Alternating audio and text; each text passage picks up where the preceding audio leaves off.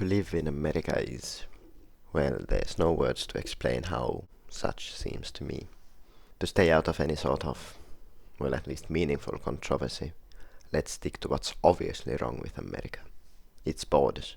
On the state level, county borders are a gerrymandered mess. And on the federal level, state borders are a blocky gore. As we're obviously not going to discuss how to redraw thousands of counties, let's redraw the states.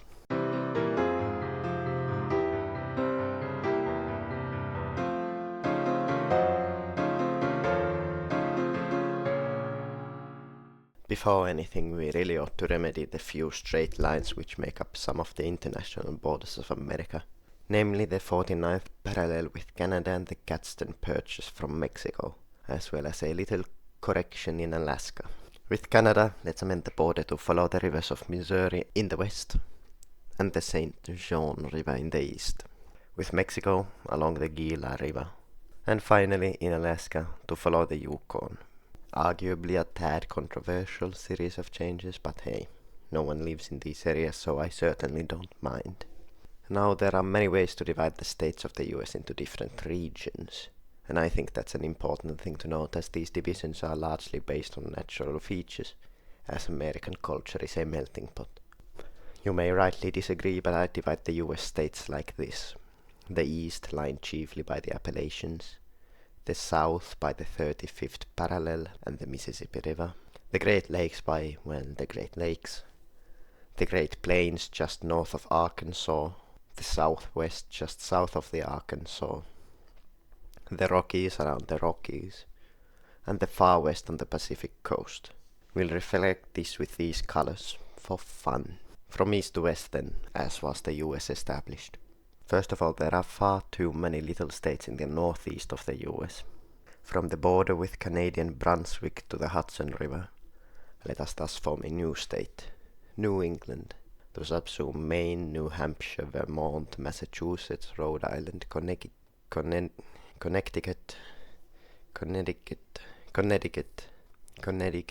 and parts of New York. With such, we rid ourselves of this mess in the north. That's about as easy as it gets for the Northeast, though.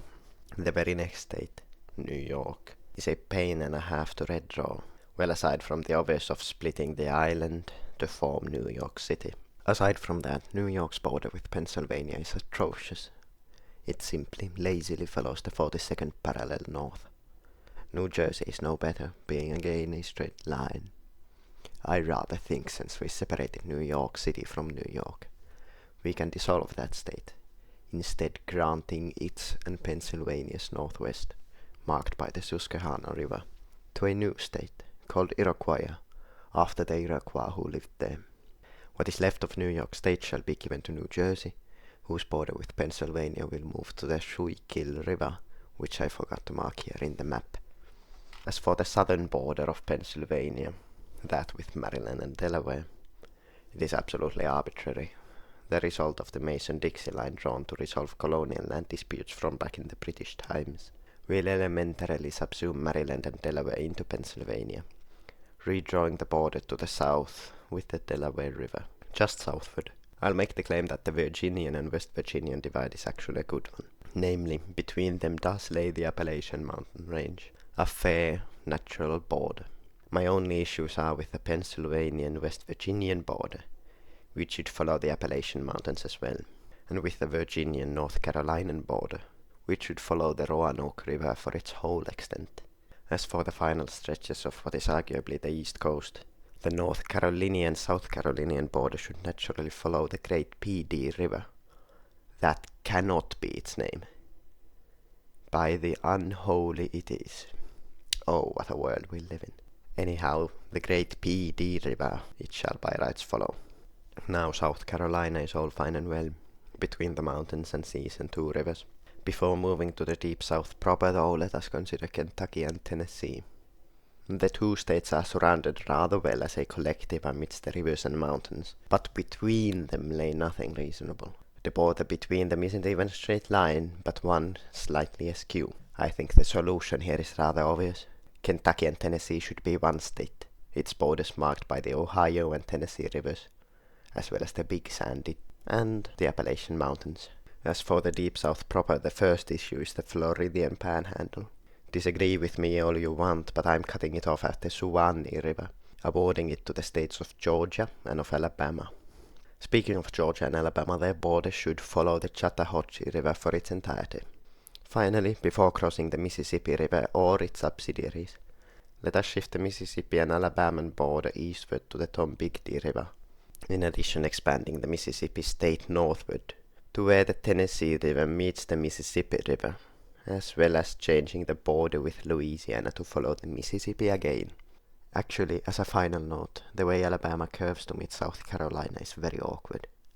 Let's form the proposed state of Franklin there, from the Tennessee in the west to the edges of the Appalachians in the east. As for the Great Lakes, there's little needed to change. Ohio should rather be extended eastward to the Allegheny River, and its northern border with Michigan shouldn't be a straight line, but rather follow the Maumee River. I don't personally see a reason to separate Indiana from Ohio, so let's attach the former into the latter, and draw its western border with Illinois along the Wabash River. Speaking of Illinois, let us have its state boundaries marked by the Rock River, which again I've forgotten to draw here. Finally, we have Wisconsin, which is nicely lined by the Mississippi to its west, but should also include the upper peninsula of Michigan. Next up we have Texas and its neighbors in the southwest US. Now Texas is quite finely divided on many fronts, the Sabine with Louisiana, the Rio Grande with Mexico, and the Red River with much of Oklahoma. But what's off though is this northwestern bit, with New Mexico state and the Oklahoman Panhandle. Not to worry though. We shall simply just extend the Texan northern border to follow the entire length of the Red River, and move its western border to further up the Rio Grande River into New Mexico state. To Texas's east we have Louisiana, which is in rather good shape except for its northern border with Arkansas. I rather think that should be cut off by the Red River. To its north we have Arkansas, the northern border of which should not be a straight line, but the river Arkansas. Speaking of Arkansas, Kansas, or Kansas, or should we perhaps say lower and upper Arkansas? Both states are stationed around the Arkansas River after all. I am stoutly of the opinion that Upper Arkansas should be lined in the south by the Arkansas, and in the north by the North and South Platte rivers, with admittedly rather awkward lines in the west with Colorado and in the east with Missouri. But oh well, can't have everything in life. We'll return to that region of the Great Plain in just a second, but first the last pieces of the southwest. As for Oklahoma, we've left a rather awkward gap here. Not to fret. While we can't exactly draw anything very natural with lower Arkansas, we can now stretch Oklahoma up to the Arkansas River in the north, down to along the entire extent of the Red River in the south, and to where the Champion River bends in the west. In the absence of a river Oklahoma, though, I think it's fair enough if we call this state New Cherokee, to pay mind to the displaced natives. As for the Great Plains region of the US, let us redraw the northern edge of Missouri to actually along the Missouri River. Let us draw Iowa State to be marked in the north by the Minnesota River, in the south by the Missouri, in the east by the Mississippi, and in the west by the Missouri and the Big Sioux River. A perfectly defined state if there ever was one. The great issue of the Great Plains, though, is the lack of naturally significant features. Nevertheless, we can remedy that to an extent by balancing Nebraska's northern border to follow the Niobrara River, and do remember that its southern border now follows the North Platte, and the west lazily falling off for the northern border to meet the southern with the Platte. As for the Dakotas, though, I think we ought to do something like this. Unite the two, then split them in the middle along the Missouri River, calling what is west of it Dakota, and what is east of it Lakota. Again, to mind the natives' memory. Dakota here does suffer from the issue of having nothing to its west, but I dare rather to extend it along the Missouri River into the west into Montana and Wyoming, all the way until it meets the Rockies. We shall mark Dakota's southern border with the North Platte River, moving Wyoming to what lay south of it, north of the South Platte and west of the Rockies. Moving on to the talk of the hour, the Rocky Mountains. I'll step to the controversial and conclude that Colorado should border the entire Colorado River, down to the Californian basin, subsuming much of what is Utah, New Mexico and Arizona, and earning itself a border with Mexico and California. around the Great Salt Lake fortified by the Colorado and Green rivers in the east, and by higher mountain ranges all else around. Let us shape the Salt Lake State.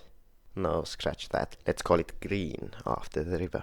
Northward Idaho should be much the same, but its south shall be with the new Green State, and its north cut off by the Salmon River, and its east more in line with the mountains, and its west by this mysterious river I can't find the name of anywhere. It's right near the border with Oregon, near a rock, Rome, Basque, and Dick Shooter, if that helps. Alright, remember how we made Wyoming small? Well, because of that there's this plot of land amidst the mountains west of Idaho that's up for grabs, so let's make a state there called Rockies. As for our final sub-region here in the north of the Rockies, let us line Montana by the mountains in the east, Salmon in the south, and Columbia in the west. Finally, for the Rockies region of the US, we have Nevada, which is in rather excellent shape, but will shift the borders with California and Oregon slightly to follow. You guessed it, the Rockies. Lastly, we have the US far west, where we'll truly change very, very little. Oregon shall be remedied to the Snake River to border Montana, and in the south to the Klamath River with California. Therewith our act is complete.